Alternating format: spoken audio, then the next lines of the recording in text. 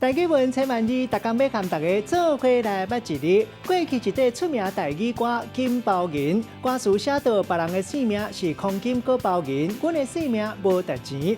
古早听老一辈讲，一个人好命，咱讲伊是好命囝；啊若歹命，有人讲是欠死命。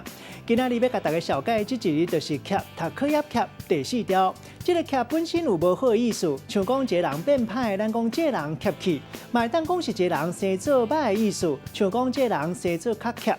带大家做伙来小解这两个词。